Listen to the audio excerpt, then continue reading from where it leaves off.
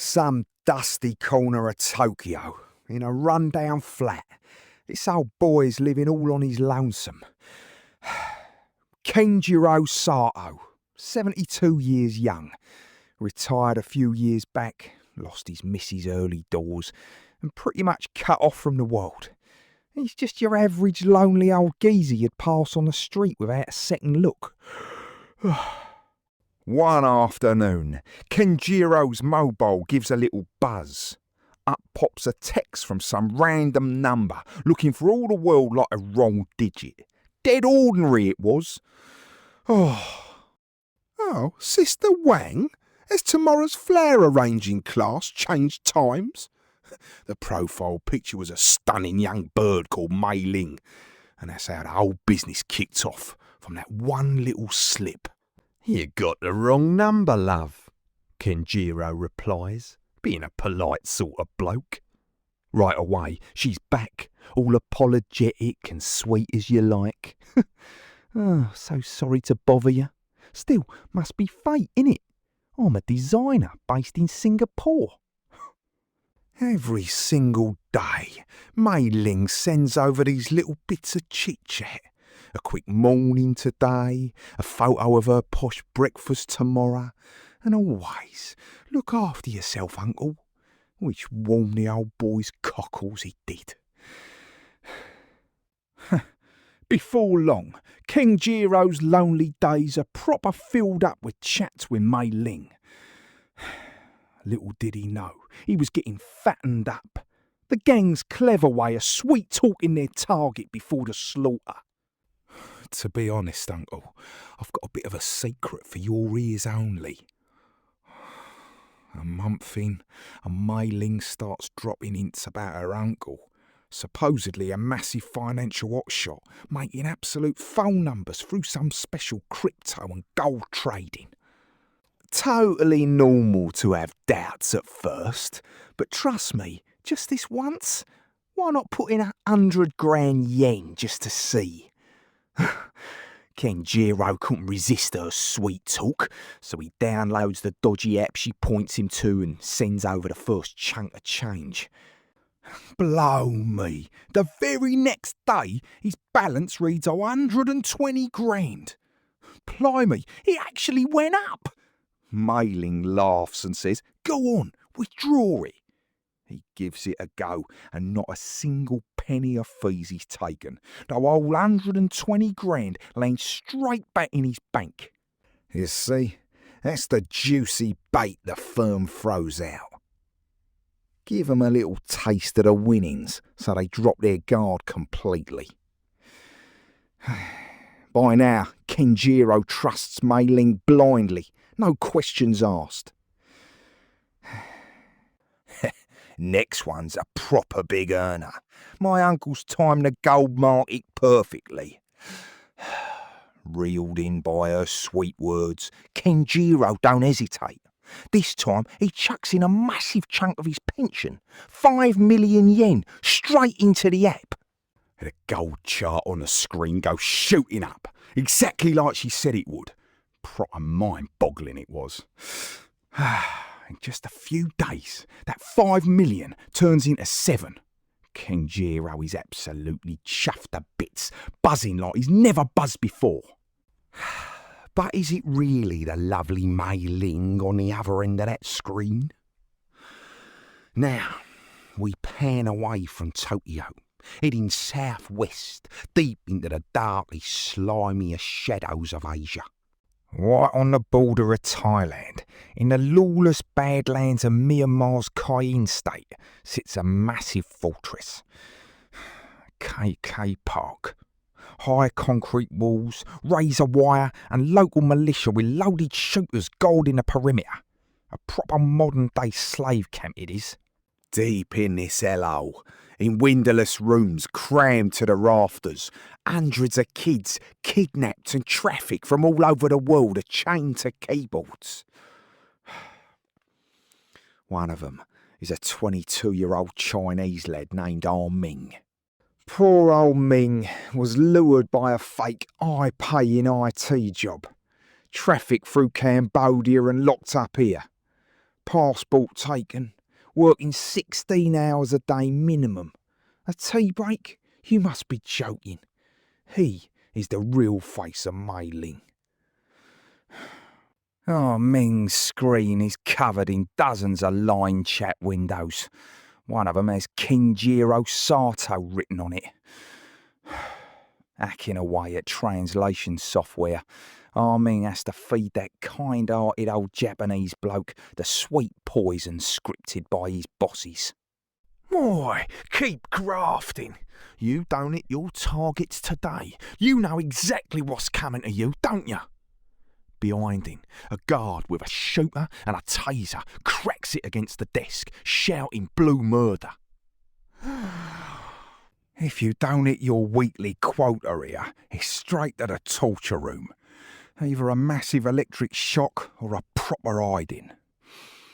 A black and blue bruise on Arming's jewelry's from missing last week's target.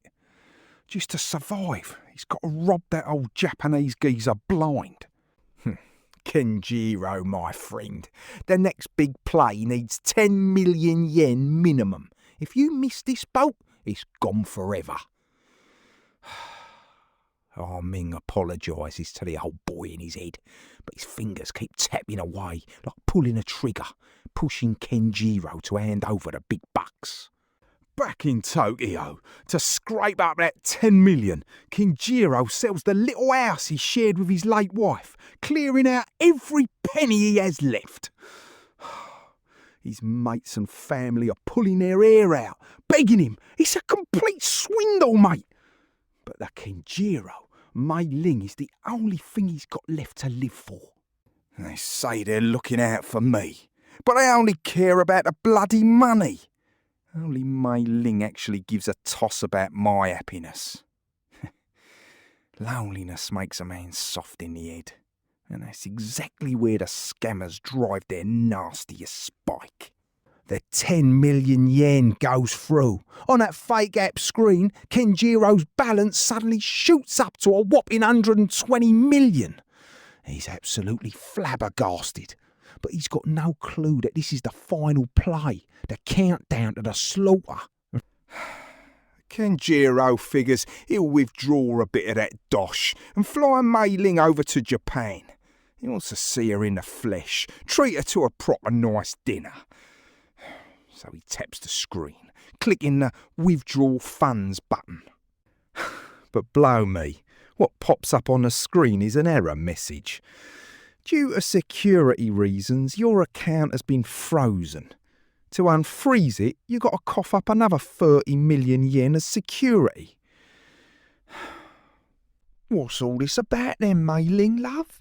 He frantically sends her a message. But her usual instant replies, which used to come in a flash, are nowhere to be seen. Hours go by, then a whole bleeding day, and not a single peep. Not even a read receipt shows up. He tries opening the app again, but the screen just slaps him with a cold-blooded system error. Cannot connect to server.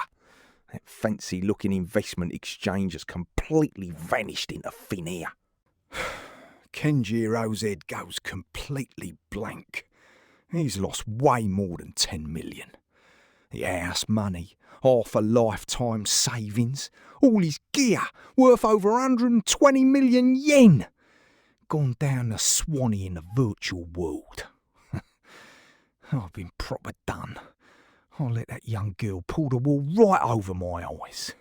And meanwhile, far off in Myanmar's KK Park, on Arming's computer screen, Kenjiro's account is stamped with a big red electronic mark saying slaughtered. Turns out to this mob, Kenjiro was nothing but a prize pig they'd fattened up for the chop. Nice one, Ming. You got some talent. That's your target for the month sorted. I'll throw a couple of bits of meat in your soup later. The low-level boss gives Ming's skin and bone shoulder a cold pat. Ming can't say a dicky bird, just tucks his chin in and hangs his head. But where's all this lovely money actually going? This KK Park mob is just a phone scam sweatshop at the absolute bottom of a massive global dark network. And right at the very top of the pyramid sits the real gaffer pulling the strings. The Prince Group, a Chinese syndicate based in Cambodia, has built a multi-billion-dollar scam empire across Southeast Asia.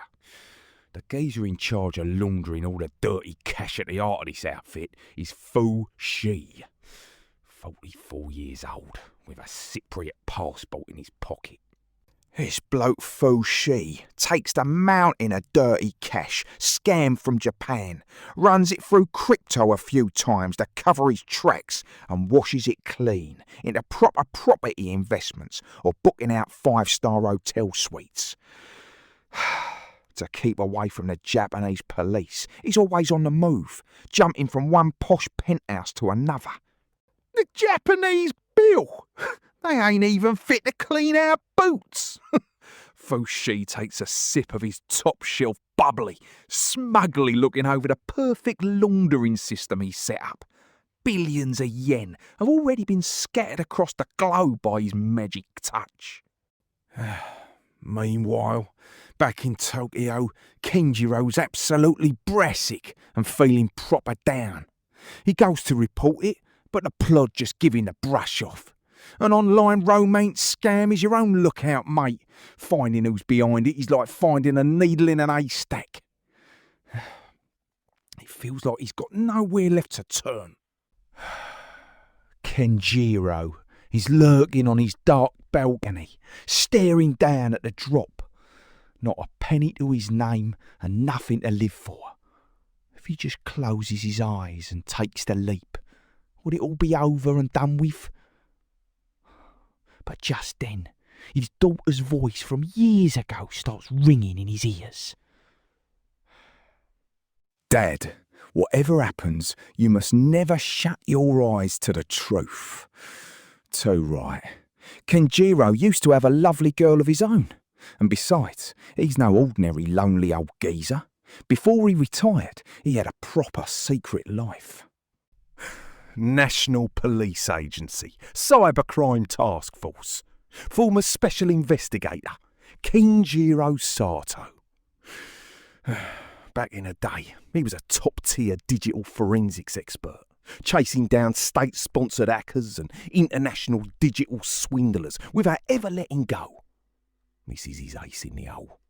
Truth is, Kenjiro's own daughter fell for the exact same international scam a few years back and ended her own life. That miserable, lonely look of his was all down to that heartbreaking grief. But then again, was him falling into this trap just a bit of bad luck? Not a chance. To catch the bastards who drove his little girl to her death, Kenjiro made himself look like an easy mark, putting himself out there as bait to reel them in. He was happy to play the fat pig for the slaughter. At the end of the day, it was all to get a grip on the brains of this whole outfit. My turn to do the chasing now, lads. Kenjiro takes the communication logs of that dodgy vanished app, along with hundreds of messages from Mei Ling, and dumps the whole lot into a custom data analysis program he wrote himself. Normally, traffic wrapped up in a million proxies and VPNs is impossible to trace. But Kenjiro manages to pull a strange bit of static out of the messages sent by Mei Ling. Or rather, Ah Ming. Looking closer, there's a proper weird delay pattern hidden right in the milliseconds of the message timestamps. He cracks the code, turns it into a hex data stream, and it spits out a private IP address. This setup, it's a distress signal left by one of their low-level lads. Kenjiro's stunned. He gets it straight away. The scammer on the other end, though a nasty accomplice, is actually a hostage, locked up, waiting to be rescued. Meanwhile, back in KK Park in Myanmar, Ming's sweating buckets every day, terrified he'll get caught red-handed messing with the messaging protocol to slip in that tracking key. If they clock what he's done, he's a dead man. But Ming is taking a massive gamble. He's betting that out of all the victims in the world, one of them's smart enough to spot the signal and track down this absolute hellhole. Please, God, let someone spot it. Get us out of this godforsaken place. Following the signal Ming left, Kenjiro pinpoints the exact location of that miserable KK park in Myanmar and grabs hold of a massive back door in their internal server while he's at it. You little toe rags, I've got you by the short hairs now. But just busting this one den of thieves ain't nearly enough. Just knocking down this sweatshop without nicking the big boss behind it means 100 more KK parks will pop up tomorrow. Nah, the one Kenjiro's aiming for is the mastermind, sitting right here in Japan, taking his massive cut of the pie. Kenjiro starts tracking down his own 120 million yen in crypto what got nicked off him. He uses that Project Vigilante analysis gear he built himself to give the public blockchain ledger a proper thorough going over. Sifting through thousands of dodgy deals, a massive mega wallet starts to show its face. Proper shady setup this is.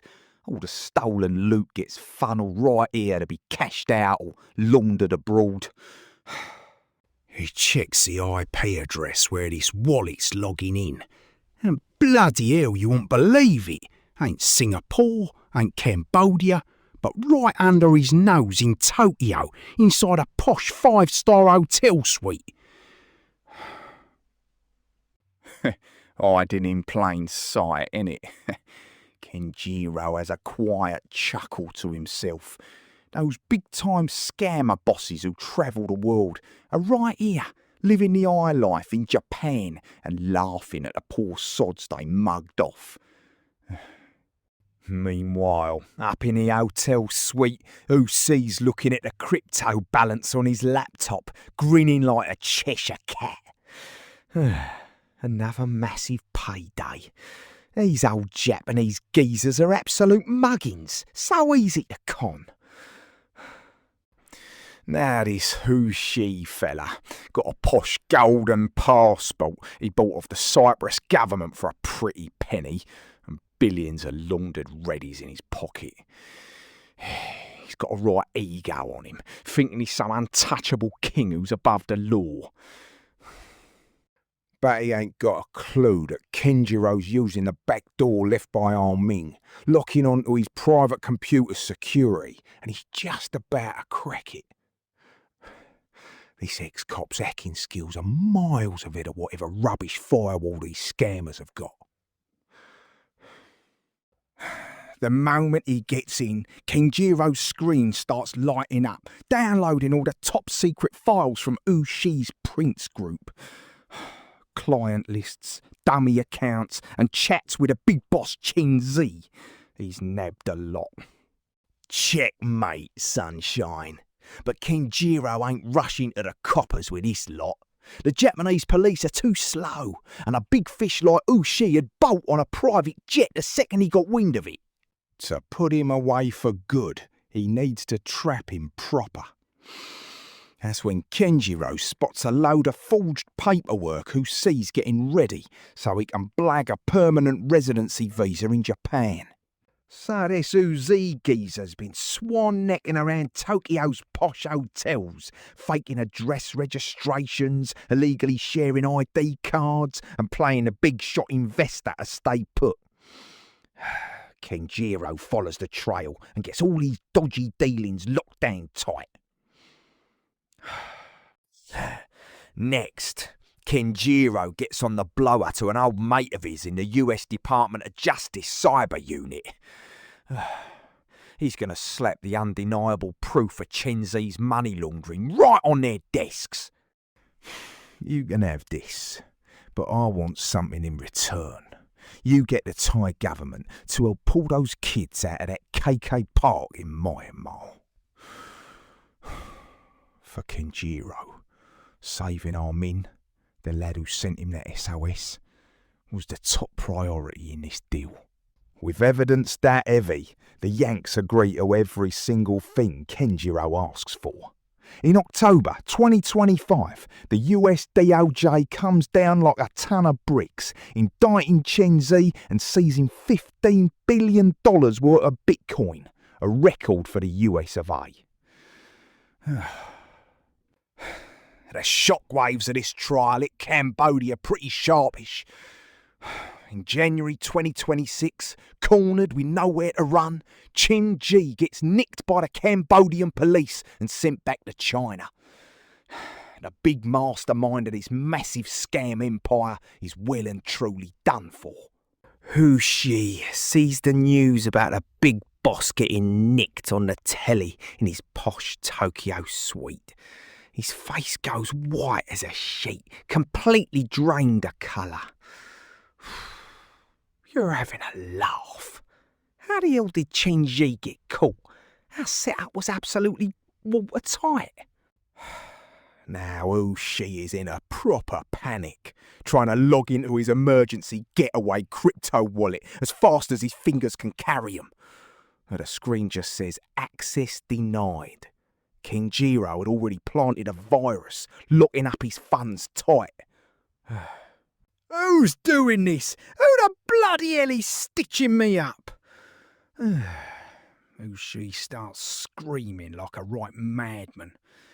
His massive global laundering network that handled billions of yen turned into dead cold in the blink of an eye. Just at that moment, Yushi's mobile buzzes with a text message. The sender's name was that old Japanese geezer he thought he'd already done away with, Kenjiro Sato. Turns out, you were the fattened pig all along. We've been sitting in the dark, waiting for the perfect day to slaughter you. Right next to that Japanese text is a screenshot of the fake ID card She used to squat in Tokyo. Shi gets the picture, grabs his coat, throws it on and legs it out of the suite like his life depends on it. He don't care about no crypto now. He just wants to save his own skin and get as far away as possible. But the second he gets out of the lift and steps into the lobby... You, Ochi, you're nicked for immigration offences and forging documents, so you're coming with us. Plainclothes coppers from the Joint Task Force blocked his path and slapped the warrant in his face. It was June 2026. With all his pride blown to smithereens, this big-time international scammer gets cuffed tight right there in the shiny 5-star lobby. Don't matter what passport he bought or how many millions he laundered, he's still going straight to a cold Japanese nick.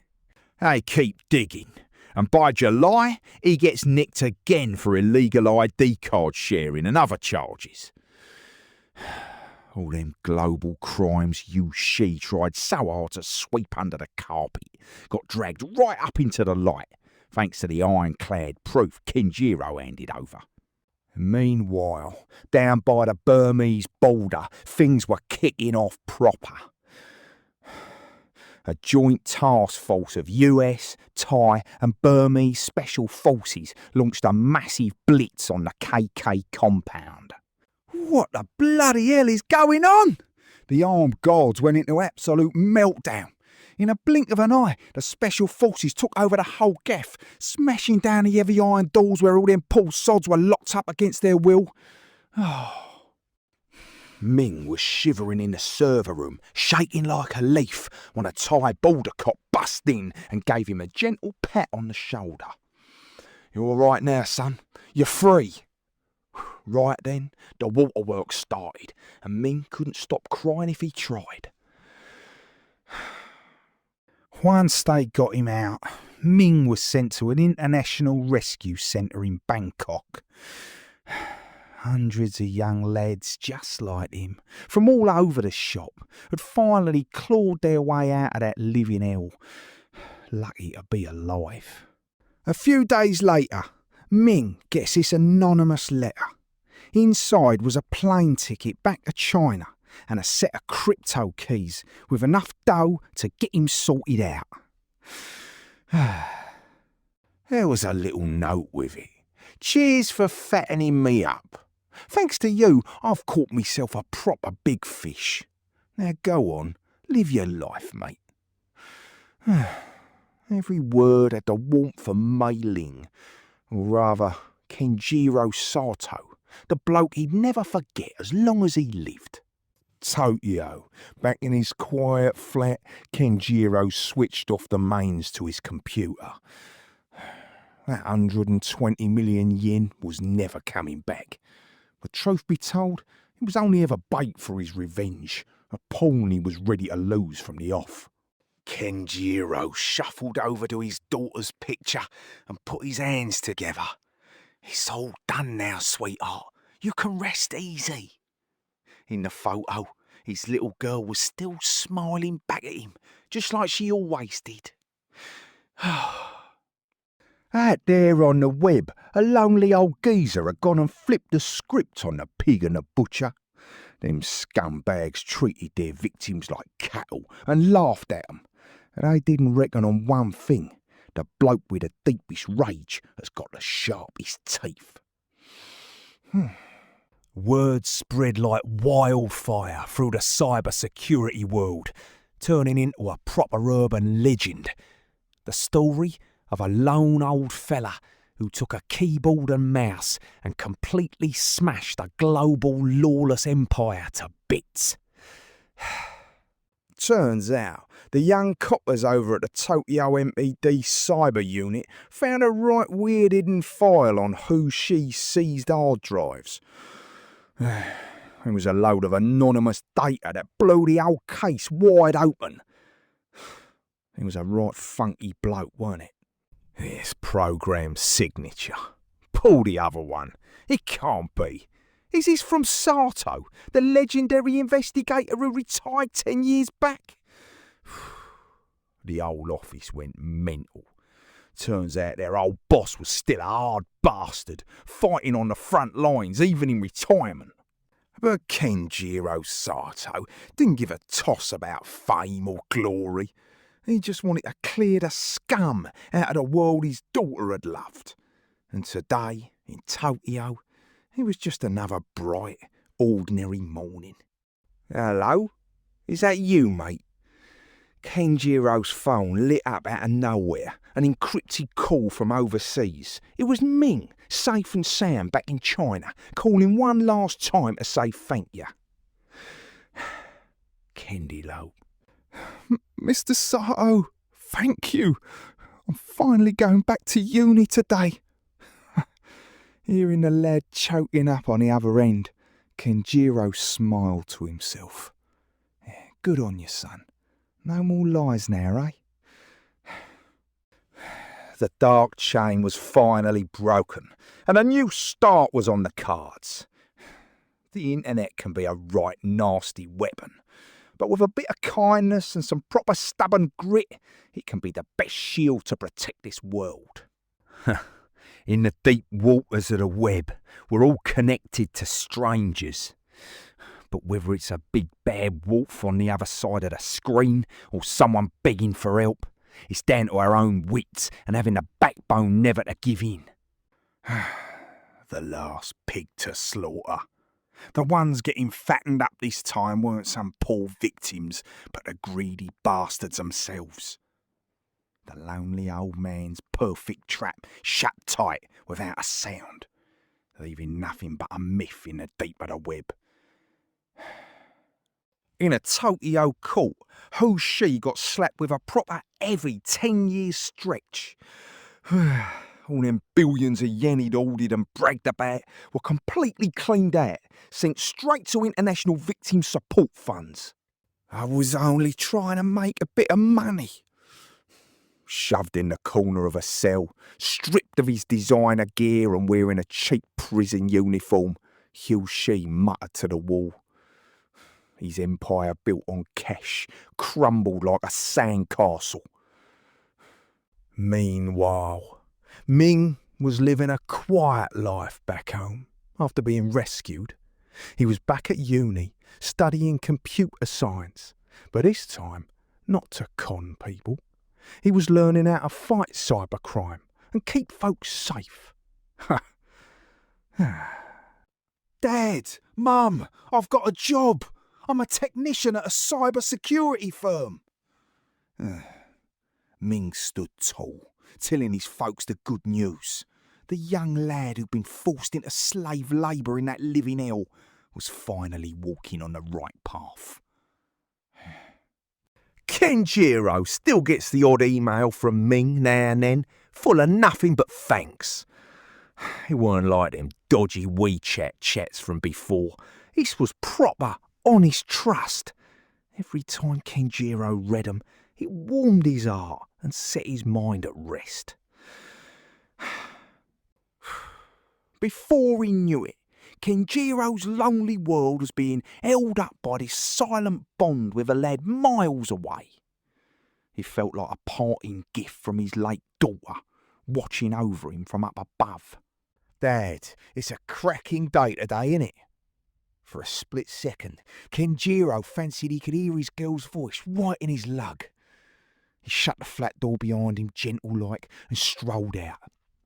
He'd stride now, compared to them months when he was proper bogged down in misery and despair. He was like a brand new geezer. The web's a proper dark place, full of shadows and nasty traps, no doubt. But as long as a bloke's still got that real iron will and backbone inside him, don't matter how deep a hell he tumbles into, he can always claw his way back up, sort himself out, and have another go. That business with a missing 100 billion yen is all done and dusted now. But the name Kenjiro Sato, for those dodgy geezers lurking in the dark, plotting their cyber crimes, it's still a proper terrifying whisper of the Grim Reaper in their ears. Those cowards who only pick on the weak better watch their backs from now on. That's the end of the tale then. But come tomorrow, them digital waves will still bind the whole world together. Kenjiro Sato slips away, quiet as you like, into the Tokyo streets. Just like some nameless hero, keeping watch over the quiet lives of ordinary folk. The end.